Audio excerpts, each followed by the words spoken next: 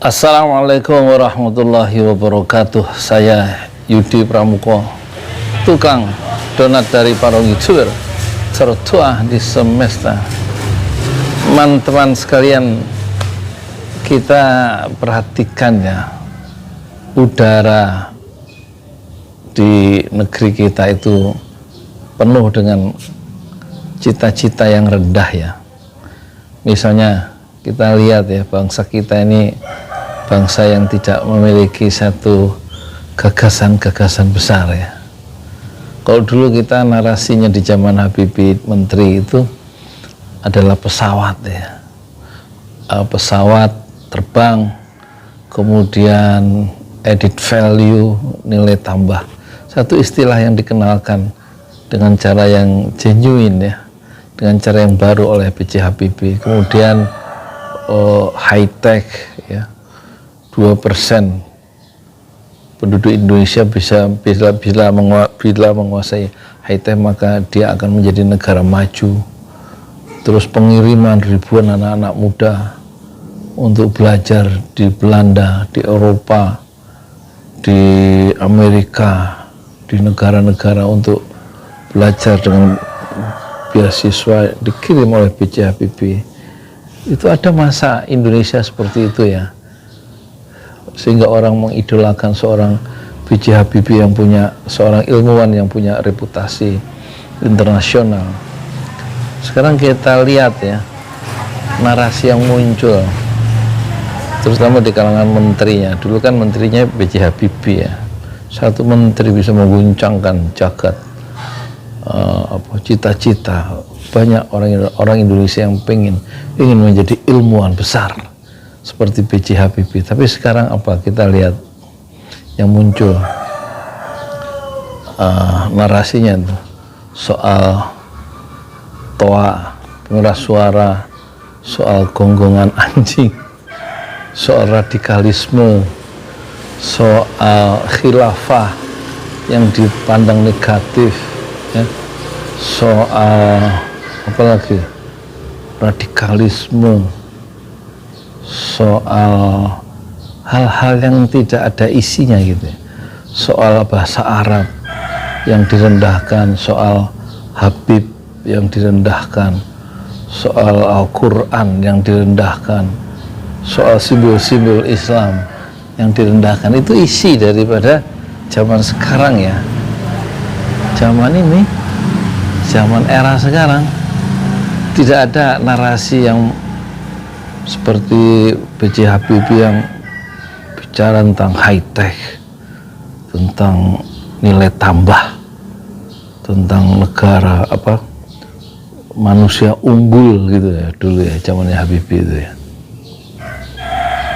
Sekarang narasinya itu narasi yang serba negatif, serba kecil. Hari kini bicara tentang anjing, tentang toa, alasannya tentang harmoni, ya kohesi sosial itu, harmoni sosial itu ya bukan karena persoalan bisa diselesaikan dengan pengaturan berapa desibel itu pengeras suara harus diatur, suara gonggongan anjing harus diatur. Jadi kita kehilangan big idea ya, cita-cita besar ya. Kita kehilangan, bangsa kita ini kehilangan satu ideal type ya, tipe ideal yang seharusnya itu bagaimana. Ya kita bicara pindahnya ibu kota tapi diserang oleh warganya sendiri, diserang oleh para ilmuwan, diserang oleh civil society, ya kan? Bicara IKN maksudnya, soal duit, dan kemudian kita bicara soal undang-undang cipta kerja yang katanya untuk mengundang investasi, diserang oleh warganya sendiri, demonstrasi di berbagai kota, gitu. Sebagaimana penolakan yang masif oleh civil society terhadap IKN loh. Ini sebenarnya pemerintah ini kok jadi nggak sinkron ya, nggak harmoni dengan apa, dengan warganya sendiri, kan aneh itu ya. Dulu B.J. Habibie waktu jadi menteri atau punya gagasan itu semuanya mendukung, karena memang bisa meyakinkan bahwa itu untuk kepentingan bangsa ya, tentang high tech, teknologi tinggi, rekayasa biologi, terus kemudian proyek-proyek strategis ya, apa istilahnya dulu, bikin kapal, bikin roket, bikin pesawat terbang, dan macam-macam ya. Dulu itu zaman Pak Harto dan kemudian zaman Presiden B.J. Habibie. Nah, di zaman B.J. Habibie jadi presiden juga ada ide-ide yang indah ya, ide-ide yang besar ya. Pembebasan seluruh tahanan politik di awal-awal kepemimpinan B.J. Habibie yang hanya 500 hari sekian ya, kurang dari 2 tahun, tapi sudah berhasil membebaskan manusia ya dari tahanan politik ya, dan bebas dengan pikiran-pikiran merdekanya. Karena B.J. Habibie mengeluarkan ucapan yang terkenal, penjara itu ada tempat untuk para kriminal, orang berbuat jahat. Penjara bukan tempat orang yang berbeda pendapat. Itu Habibie punya ide besar. Kemudian dia mempercepat pemilu, bukan ingin menunda pemilu dan memanjangkan kekuasaan, dan dia kemudian pertanggungjawabannya ditolak dan dia tidak mau maju, tidak ingin berkuasa menjadi presiden. Cukup dia meneruskan apa sisa dari masa presiden zaman Soeharto sebagai wakil presiden, karena Pak Harto menyatakan mengundurkan diri sebagai presiden, dia menjadi presiden karena memang jalur konstitusi menghendaki dia menjadi presiden karena berangkat dari posisi sebagai wakil presiden. Dan dia tidak ingin memperpanjang kekuasaan, tidak haus, tidak tamak dengan uang, karena dia sudah kaya raya, sudah selesai dengan dirinya sendiri. Siapa? B.J. Habibie. Kenapa kaya? Karena jutaan dolar sudah mengalir ke kantongnya karena penemuan teori keretakan pesawat terbang yang diakui dan dipakai oleh seluruh dunia, sehingga dia disebut sebagai Mr. Crack atau faktor Habibie. Itulah yang membuat dia itu tidak tamak, karena dia sudah kaya raya, karena reputasi dirinya sebagai ilmuwan yang diakui pada tingkat internasional.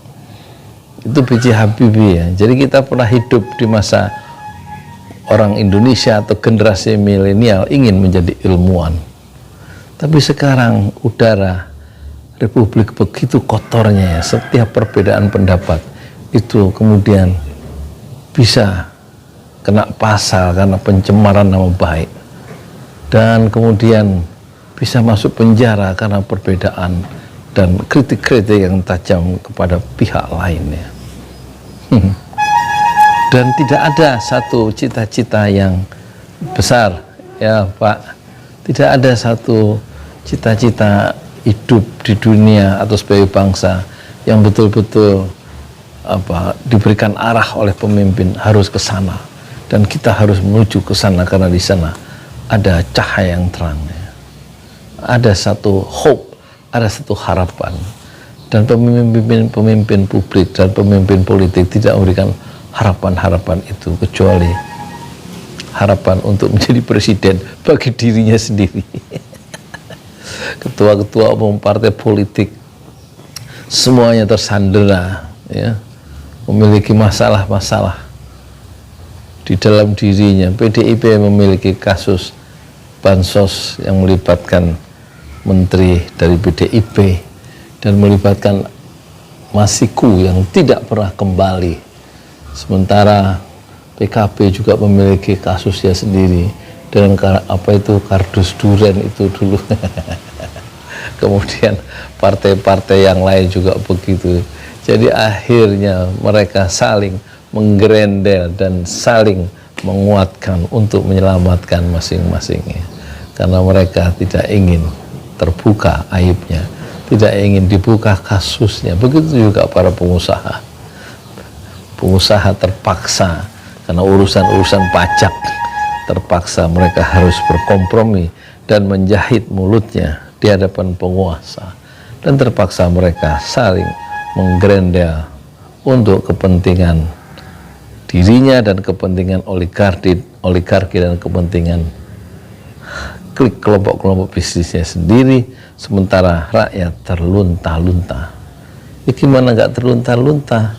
Kemarin minyak goreng hilang, kedelai mahal, semua serba impor, janji-janji tidak impor, stop seluruhnya. Bahan-bahan makanan, beras, ternyata semuanya impor, dan janji-janji itu adalah janji-janji yang palsu. Itulah yang memenuhi udara dari ruang-ruang publik kita, ruang-ruang medsos kita, ruang-ruang YouTube kita, ruang-ruang Instagram kita, dan tidak satu kata antara ucapan dan perbuatan sudah menjadi kelaziman, dan orang yang benar, orang yang bicara apa adanya, orang yang bicara jujur itu menjadi aneh di tengah-tengah masyarakat yang sakit dan masyarakat yang memiliki cita-cita rendah dan hanya mengagungkan besaran-besaran ekonomi yang memabukkan semuanya. Dan muncullah generasi baru, generasi flexing yang memamerkan cara menjadi kaya dengan cepat, dan ternyata melalui judi online, bukan trading dan bukan dengan kerja keras ya. Jadi kebohongan-kebohongan pada tingkat pejabat publik sampai ke tingkat generasi milenial yang sekarang sedang memakan korban puluhan ribu orang ya lewat binomo dan judi online, itu betul-betul membuat kita seperti bangsa yang kehilangan arah ya. Kita mengalami dislokasi, dan kita mengalami, bangsa sedang mengalami disorientasi, dan sekarang tampaknya kapal Indonesia sedang limbung, tak ada satupun yang memberikan arah harus kemana bangsa Indonesia, harus memiliki cita-cita besar seperti apa Indonesia. Dan kita berharap kepada Tuhan supaya Tuhan memberikan arah tentang munculnya seorang pemimpin yang betul-betul mencintai rakyatnya dengan tulus dan tidak mencintai teman-temannya yang memeras Indonesia dari dalam maupun dari luar. Saya Yudi Pramuko, tukang donat dari Parung Ijuan, tertua di semesta fasbir, sobron jamila, bersabarlah dengan kesabaran yang indah. Assalamualaikum warahmatullahi wabarakatuh.